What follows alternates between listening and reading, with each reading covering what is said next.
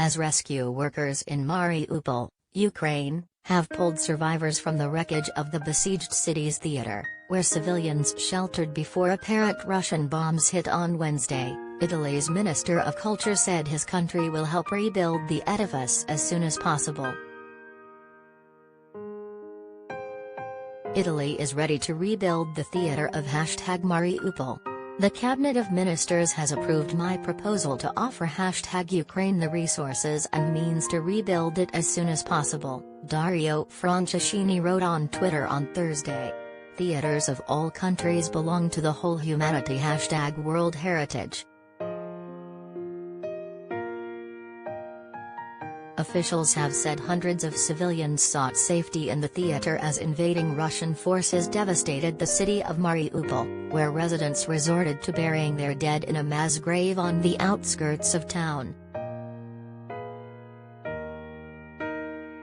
On 16 March, Russian Air Force dropped a powerful bomb on the building of the Drama Theater in Mariupol, the Ministry of Foreign Affairs of Ukraine said Wednesday, noting that the building was a sanctuary for residents whose homes had been destroyed by Russian forces.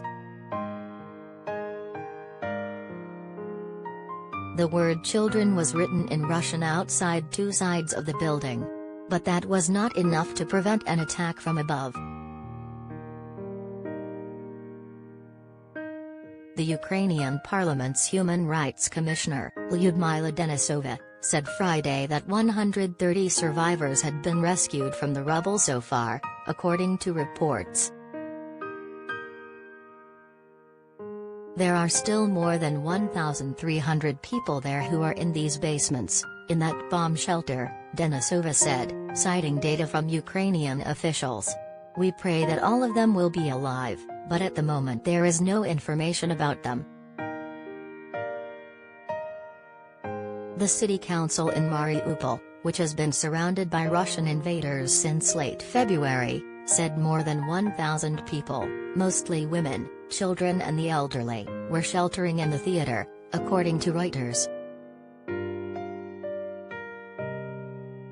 The bomb strike demolished the central part of the theater building, causing large numbers of people to be buried under the debris, Ukraine's Ministry of Foreign Affairs said in its initial report. The assessment of the exact number of persons affected is currently impossible due to ongoing shelling. Denisova, the Human Rights Commissioner, called the attack an act of genocide and a terrible crime against humanity. Russia has denied bombing the theater in Mariupol and targeting civilians across Ukraine. The fighting in Ukraine continues some 3 weeks after Russian forces launched a large-scale invasion on February 24, the first major land conflict in Europe in decades. Details change by the day, but hundreds of civilians have already been reported dead or wounded, including children, though casualties are said to be vastly underreported. More than 3 million people have fled Ukraine since the fighting began, the United Nations says. You don't know where to go, where to run, who you have to call. This is just panic, Lilia Marinkak, a 45-year-old teacher in Ivano-Frankivsk, Ukraine, told People of the moment her city was bombed, one of numerous accounts of bombardment by the Russians. The invasion, ordered by Russian leader Vladimir Putin, has drawn condemnation around the world and increasingly severe economic sanctions.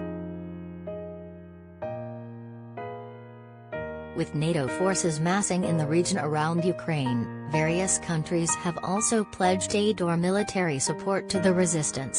Ukraine President Volodymyr Zelensky called for peace talks, so far unsuccessful, while urging his country to fight back. Putin insists Ukraine has historic ties to Russia and he is acting in the best security interests of his country. Zelensky vowed not to bend. "Nobody is going to break us, we're strong, we're Ukrainians," he told the European Union in a speech in the early days of the fighting, adding, "Life will win over death. And light will win over darkness." The Russian attack on Ukraine is an evolving story, with information changing quickly. Follow People's complete coverage of the war here, including stories from citizens on the ground and ways to help.